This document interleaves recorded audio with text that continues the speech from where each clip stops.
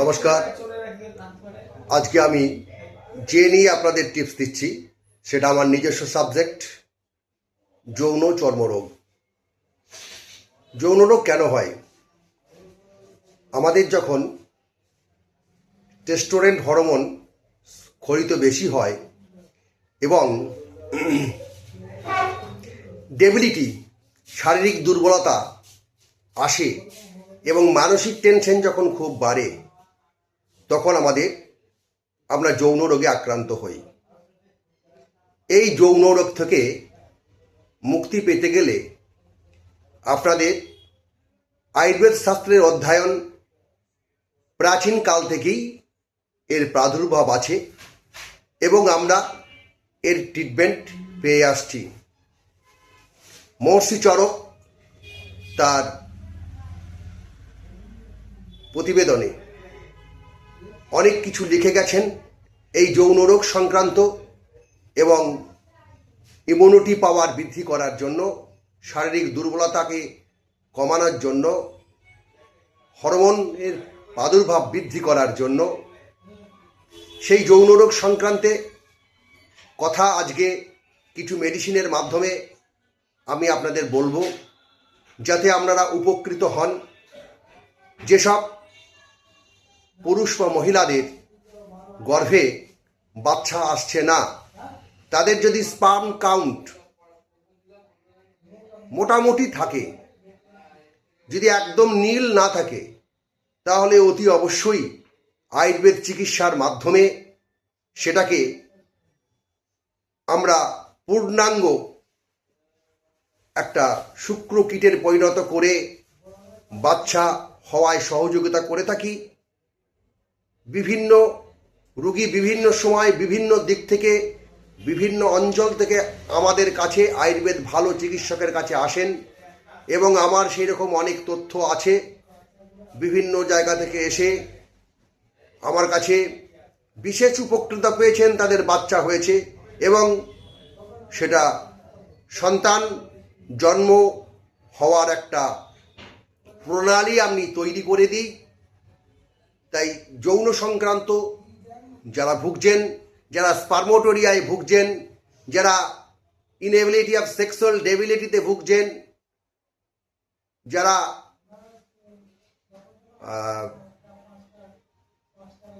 Quick ডিসচার্জে ভুগছেন and night ফলেশনে ভুগছেন, যেসব যুবকরা, তাদের জন্য আমার আর এই টিপস।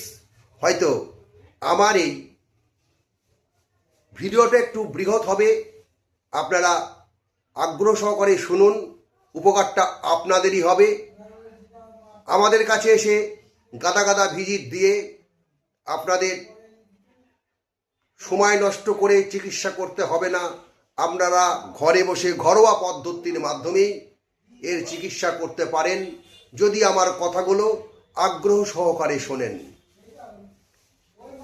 যাদের স্পার্ম কাউন্ট কমে গেছে, বিছানায় প্রস্রাব হয়ে যায়, প্রস্রাবের সময় লালা নির্গত হয়, প্রস্রাবের সময় গায়ে ঝাঁকুনি দেয়, তাদের আমি বলবো, ভাই তোমরা গোখুর চূর্ণ, ভুঁই কুমড়ো চূর্ণ, আলকুশি চূর্ণ, অশ্বগন্ধা চূর্ণ প্রত্যেকটা এক চামচ করে নেবে এবং তার সঙ্গে তাল মিছরি এবং আখরোট অ্যান্ড কথিলা একত্রিত করে আপনারা হালকা গাওয়া ঘিয়ে একটু নেড়ে নিয়ে সকালে টিফিনের পর একবার, সন্ধ্যায় টিফিনের পর একবার খাবেন। এতে দেখবেন আপনাদের স্পার্ম কাউন্ট বেড়ে যাবে। আর কি হবে? শরীরের সময়, যৌন মিলনের সময় ক্ষমতা বৃদ্ধি হবে। আর কি হবে? স্বপ্নদোষ হবে না, নাইট ফলেশন আপনাদের হবে না। আর কি হবে? আপনাদের প্রস্রাবের সময় যে স্পার্ম বেরিয়ে যায় লালা মতন, সেটা বেরুবে না। ফলে আপনারা শক্তিশালী বীর্যের অধিকারী হবেন। এটা গেল একটা দিক। দ্বিতীয়ত, বাজারে প্রচুর মেডিসিন আছে, আপনারা সেগুলো কিনে সংগ্রহ করে খেতে পারেন। আমি এমন একটা ওষুধের নাম বলবো যে একটা ওষুধই আপনাকে বহুত বহুত গুণ দিতে পারে। তুলসী উইথ কারকুরিয়ান ড্রপস, এই ড্রপসটা ভালো করে দেখুন। বাজারে এর মূল্য হচ্ছে মাত্র 150 টাকা। বাজারে এর মূল্য হচ্ছে মাত্র 150 টাকা। আপনারা যারা শারীরিক দুর্বলতায় ভুগছেন, ইমিউনিটি পাওয়ার কমে গেছে, তারা প্রত্যেক দিন সকাল এবং সন্ধ্যায় ঈষদুষ্ণ 1 কাপ গরম জলে 10 ফোঁটা দিয়ে এটা সেবন করবেন। আমি দায়িত্ব নিয়ে বলছি, আপনাদের অতি অবশ্যই ঠান্ডা লাগার প্রবণতা কমে যাবে, অতি অবশ্যই ইমিউনিটি পাওয়ার বাড়বে, শারীরিক দুর্বলতা কমে যাবে। আর কি হবে, আপনাদের চর্মরোগ ভালো হবে, সঙ্গে সঙ্গে আপনাদের লাবণ্য বা গ্লেজ ভালো হবে।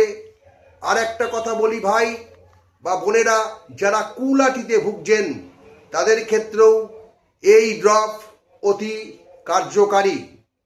যারা স্কিনের রোগে, মেছাতার রোগে, ব্ল্যাক হেডস বা আপনার সান বার্নে ভুগছেন, তাদের জন্য এই ড্রপ খুব কার্যকারী। এটা খেতে হবে এবং লাগাতে হবে। অতি অবশ্যই অভিজ্ঞ ডাক্তারের পরামর্শ নিয়ে তবে এই ওষুধগুলো ব্যবহার করবেন। আর আমি যে প্রণালীটা আপনাদের বললাম, আপনারা অতি অবশ্যই কার্যকারী করতে পারবেন, কারণ আমি ডাক্তার এম চক্রবর্তী আপনাদের বলছি। আর এই সব মেডিসিন খেতে গেলে ডাক্তারের পরামর্শ অতি অবশ্যই গ্রহণ করবেন, না হলে রেডিমেড মেডিসিন খাবেন না। আমি আরও বলবো, যদি বিশদ জানতে চান, আমি আজকে কয়েকটা জিনিস যা বললাম, যদি যারা যৌন রোগ ভুগছেন, স্পার্মোটোরিয়ায় ভুগছেন, আর যেসব রুগীরা সময় কমে যাচ্ছে, তাদের জন্য এই মেডিসিন আমি অ্যাপ্লাই করলাম। আপনারা খান, যদি রেজাল্ট না পান, আমি দায়িত্ব সহকারে বলছি আপনারা রেজাল্ট পাবেন। যদি রেজাল্ট না পান আমাকে জানাবেন, স্যার আমি এই ডোজে খাচ্ছি, আমার কোনো উপকার হচ্ছে না। 20 থেকে 25 দিন খাওয়ার পর আমাকে ফোন করবেন। আমি যদি ডোজ ঠিকঠাক আপনারা খেতে পারেন, কার্য 100% হবেই হবে।